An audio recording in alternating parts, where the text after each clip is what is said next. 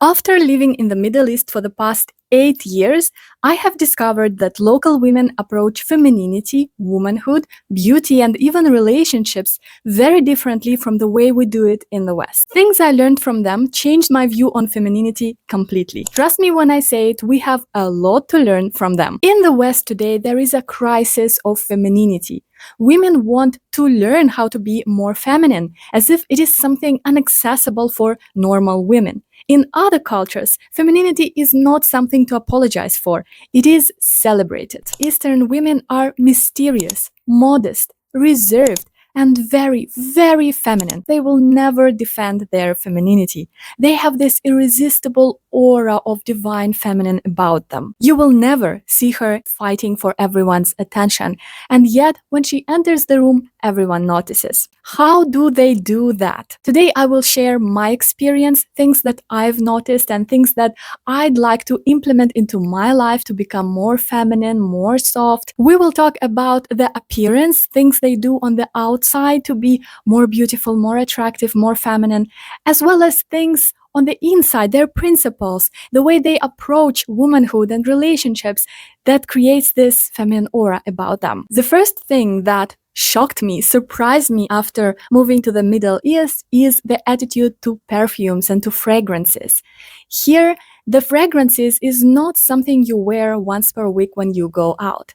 It's part of the culture. It's 1,000 years old tradition. If in past you have been to the East, if you have been to Dubai, for example, you probably noticed as you walk through Dubai Mall, a woman, a local woman in the black dress passes you and immediately you stop whatever you were doing, wherever you were going, your head turns because she has this flare of fragrance following her. Maybe she's already a few meters away, but your head had turned, your attention had switched on because of this fragrance that's following her. How do they achieve that? Well, I must tell you that it's not just spraying 1-2 times of perfume on your neck. It's not as easy as that. There are a few hacks, very old hacks actually, that they use to achieve this fragrance flare. On one hand, they use more heavy fragrances that maybe women in the West usually prefer. Instead of flowery aromas that are very airy, that disappear very quickly, they use heavier notes like oud, amber, musk. These perfumes just naturally stay longer on your skin. They don't disappear and evaporate as quickly. I must share you a hack that will shock you. You probably never heard about such way to apply perfume. A quick disclaimer, do not try it at home because it is a fire hazard. Here in the Middle East, there is a very old tradition of perfuming your house with aromatic smells. The way they do it, they light special essence with the coals, and as it's burning, it's releasing the aromatic smoke, which makes your home fragrant. But they not only use it for home. If you leave your clothes in the vicinity of that smoke, it will become soaked in it. And this smell that's introduced via smoke, not via the spraying, will stay on your clothes for days. This is the main hack that creates this flare. But if you don't want the fire hazard, which I don't recommend, maybe you can try another Middle Eastern hack. If you apply fragrant cream or just Vaseline on your pulse points on your body before applying your sprayable perfume, it will stay on your skin much, much longer. This is something that I really admire about local women and about local people in general, because men do the same. When they enter the room, aroma follows. When they leave the room, aroma stays. It's just something so attractive. There is something so high-end about it. And by the way, if you come for a local celebration, for example, a wedding, the minute you enter the hall, first thing that you will see is perfume bottles. They presented there for you to reapply your perfume before you enter the hall. This is mandatory. Every single celebration has it. This is how serious it is for them. So for your future, from tomorrow, start treating your fragrances seriously. It's not something to apply once per day or once per week. It is something to always have nearby, apply and reapply, use the Vaseline hack, and you will have this flare about you that will create feminine aura around you. Another thing that strikes you about local women, apart from fragrances, is the makeup, the way they approach their makeup. They're very serious about it. If you see them outside, whether it is a mall, a celebration, I don't know, workplace, whatever, you will see that her makeup is always on point. I'm not sure whether mothers teach them that or where they learn that, but they all know how to properly apply their makeup. And usually it is with accent on your eyes, which is of course very feminine, very sensual, very attractive. If you still are not sure and wobbly about your makeup, you can start watching some YouTube channels, some tutorials. It's not as hard. With some practice, you will learn how to do that. Whenever you go out of your house, your grooming as a woman must be on point. You know how sometimes it happens in our lives, we want to just run a few quick errands, so we put on hoodie, jeans, sneakers, our hair are not done, our makeup is not done, and we just run outside to just do something. Middle Eastern women will never do that, and there is a good reason why. First of all, when you go out of the house like that, remember how you feel. You probably think to yourself, I don't want to be noticed, I don't want anybody to look at me, I just want to quickly get it over with and come back home so that nobody sees me in such state. This shows, people read it from you. Instantly, you're less feminine, less confident. It's very noticeable. When you are put together, always you're ready to meet whoever and for whatever situation. Another reason why this is so important is cultural and religious. I don't know if you know about that. If you're Muslim, of course you know. But in Islam, it is customary to make yourself clean, to wash your face, your hands before every prayer. So proper grooming and proper hygiene is built into this culture. Proper grooming is considered self-respect and respect to others. You will never see a local Eastern woman in crumpled clothes, in bad makeup with, her hair are hidden, but I assure you that it's also done. Her makeup is done. She is on heels. She is in nice dress. And when she's out, she is ready to present herself to the world. Speaking about dresses that I have mentioned, yes, here in the Middle East, there is religious tradition to cover yourself. So usually outside, they will be wearing a long dress. It's called abaya, by the way, if you didn't know. Usually black, but it can be in different colors as well. It is very wide, it covers your body fully, and they wear a head covering as well. It is silky, flowy, textured dress that has this following material. You know, when you walk, it just follows you very beautifully. Feminine shaped dress, flowy material, silky material, heels, create this expansive feminine look. The way she walks, her posture, everything is affected by what she chose to wear. I know that today we are really tempted to just wear our jeans and sneakers all the time. It's really comfortable. I love it too. I'm not judging. But if you want to become more feminine and feel more feminine, you shall incorporate the elements of that into your daily attire. Dresses, skirts, heels. If heels are too painful for you, just choose shoes instead of sneakers. It will change the way you present yourself, your posture, the way you walk will instantly change. Because when we wear sneakers, our steps are becoming instantly wider. I don't know if you noticed that. So the way we walk is instantly changed as well. When we wear heels, we are forced to have this smaller feminine steps, and our posture is also taller and upright. That's why it affects our behavior, the way we present ourselves. I also must add a point about this ritual of getting ready for a woman, because today we might neglect it. Sometimes we don't have time and we're like, it's a waste of time. Makeup is a waste of time. Let's just proceed with our day. But investing time in getting ready, in your skincare and putting on your makeup and getting your hair done is a very important ritual of femininity. It nurtures your inner feminine. It makes you feel more beautiful. It makes you feel like a woman. And when you're outside in the world, it shows. People can feel that. I'm sure you've heard before that mystery is very attractive for the opposite gender. If you're mysterious, they want to find out more about you. They want to kind of solve this secret that surrounds you. But how do you become more mysterious if your life is on display in the social media and every day you wear revealing clothes and mini skirts and things like that? You're kind of an open book. The thing that Eastern women can teach us is a lesson about modesty. They're very modest, they're very private. The way they dress, the way they approach their life, they will never post everything about their lives on social media, for example. They're very private. They have this flare of mystery around them because they're so modest and private. Around 100 years ago, dressing in revealing clothes maybe was kind of shocking, kind of attention attracting thing.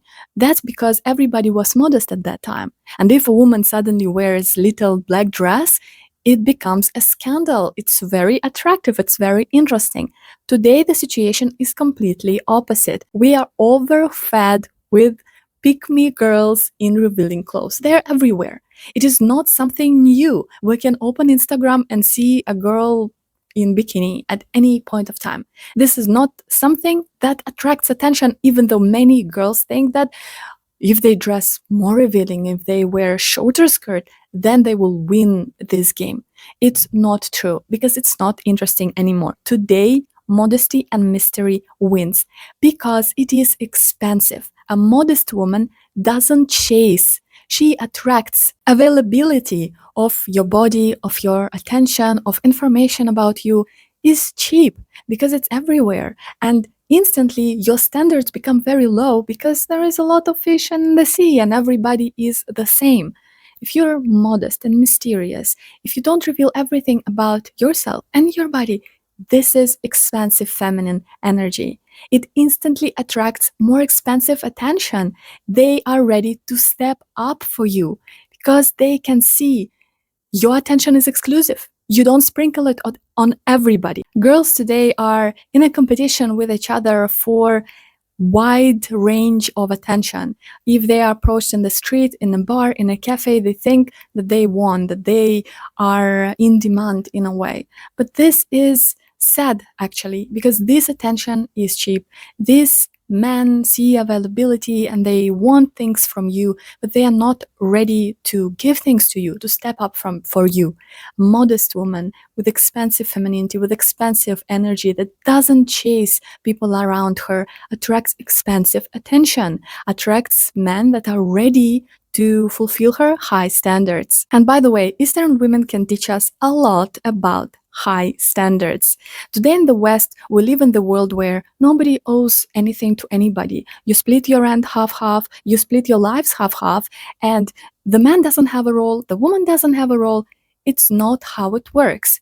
Everybody in a relationship has a role, and here in the East, it is embedded into the culture, especially when it comes to a role of a man. Man has a role in the society. He has a responsibility. He is a provider.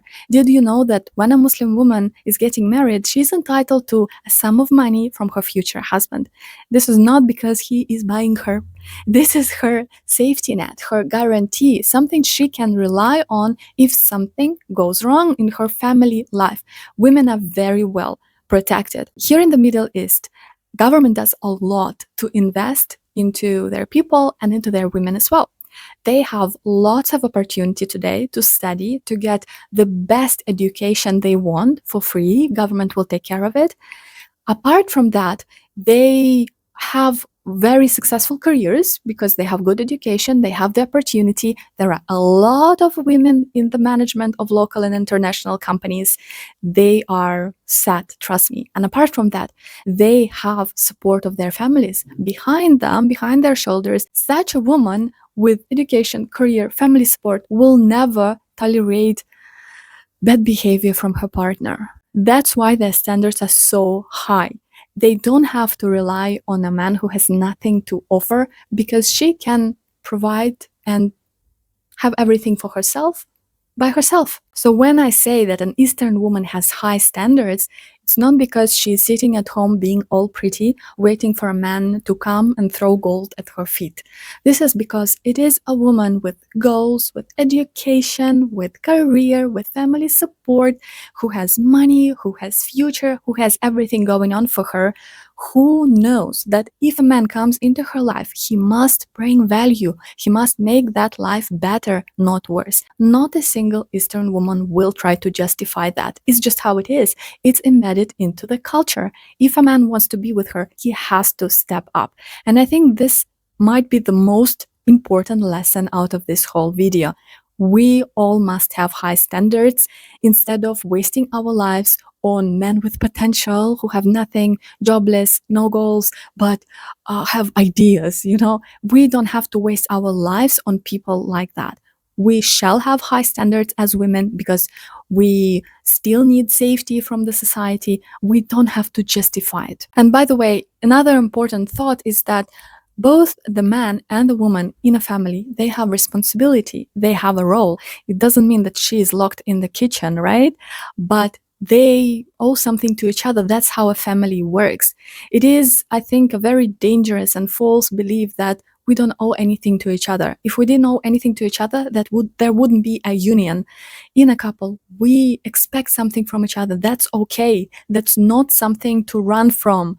Many families in the West collapse because of this. I must be ultra free. I must not owe anything to anybody. That's not how life works. When a man and a woman in the Middle East are getting married, you will be surprised that they celebrate their weddings separately. There is one wedding party for the bride and another wedding party for the groom. When I was first invited to such an event with women, of course, I had very low expectations. I thought that it will be very boring because there will be no men. So nobody to dance with, nobody to dress up for. And oh boy, was I wrong. When I walked in there, I discovered something that in many cultures we completely lost today: a joy of being inside a female circle among your elder women, your grandmothers and mothers and aunties, and the women of your age, your friends, your cousins, your sisters, and how joyous it is to celebrate with them when you don't have to be worried about male gaze, when you can wear whatever you like. It is only for females, only for them to admire your outfit, and you can party and dance like there is no tomorrow because nobody is watching. I really admire these celebrations inside the female circles and the way in this culture they maintain this being in touch with other females. Today we lost this. For example, me with a lot of moving in my life, changing jobs, changing places to live, I lost all of my girlfriends. I don't have a female circle anymore. And how important it is for a feminine woman to have this female circle. When you can share with them things that you would never talk about with a man, things that are only interesting for women, things about a female experience in the world, and get the advice from them and feel instantly better because they are going through the same or they went through the same when they were younger. This is so valuable. And as I said, when they get together, they dance. And here I must tell you a word about belly dance, because probably when we are discussing Eastern women, we cannot leave belly dance aside. The thing is, when it comes to belly dance, there is this idea in the West that all Eastern women know how to belly dance, and they dress up in this, top and skirt and seduce their husbands behind the closed doors. Guys, this is very wrong. This is not what belly dance is, traditional Oriental dance is at all. It is less about seduction and more about celebration of femininity. This image about belly dance as being a dance of seduction for men was created 100 years ago by movies, you guys. Traditionally, belly dance, Oriental dance, is something that's practiced by women among women in their female circle. If you want to become more feminine, if this is your goal, I do recommend to get a few classes at least. Because when you're doing belly dance, you engage such muscles and such parts of your body that you never engaged in your life before. Not in any other dance, maybe a bit in Latino dancing, but still not to that extent. Not in any other fitness activity, workout activity. You will engage your chest, your shoulders, your hips, your tummy. It is very good for your health, by the way, and it makes you more feminine because you learn how to move those body parts. I know that you heard the advice before that if you want to be more feminine, you need to move in a more feminine way, more fluid. You shall have this feminine walk when you swing your hips. But I'm also sure that when you heard this advice, you thought to yourself, how the hell do I do that? You don't know how to do that because you never used these body parts ever before in your life. So this advice means nothing. If you try belly dance, you will learn how to move these body parts they will become engaged, and the way you move, the way you hold yourself, your gestures, your walk will transform. As I said in the beginning, in the East, femininity is not something to apologize for. Here it is celebrated through the way they look, through the way they take care of themselves, and through the way they present themselves to the opposite gender in the relationships, and through their feminine circles. I am very sad to see how today femininity is becoming something of a weakness, something to be ashamed of. If you're a girly girl who likes makeup, who likes to dress up, this is something frowned upon. You are seen as something lesser. It is a major, major crisis of femininity. Did you notice that today in the movies, the main character, the female lead, is usually a girl that's not like other girls, a girl that never wears dresses, never wears makeup. She's more like a guy. She's with the guys. This is an ideal of a modern heroine in the movies. Think of Bella Swan, for example. She is like that. A girly girl in that story, Jessica, is frowned upon. Nobody likes her. And in turn, femininity, crisis of femininity causes a crisis of masculinity. Because if women are not feminine, men don't have to be masculine, and in the end we want them to step up, but they don't know how to. So if you take away anything from this video, I want it to be this: femininity is an essential part of the world. It's part of the nature. It is not something to apologize for, and it is not something to learn. It is something to unlock, something to allow yourself to be, to have this soft feminine nature, to enjoy your femininity. Tapping into your femininity doesn't make you weak or lesser. It is your superpower in this world, and you shall absolutely stop denying it and start embracing it. Thank you for watching this video. I hope it was really interesting and you have a lot of insights. Share in the comments which tips you are taking for your future, which you will implement for your life. And don't forget to subscribe to this channel. I will see you in my next video. Bye bye.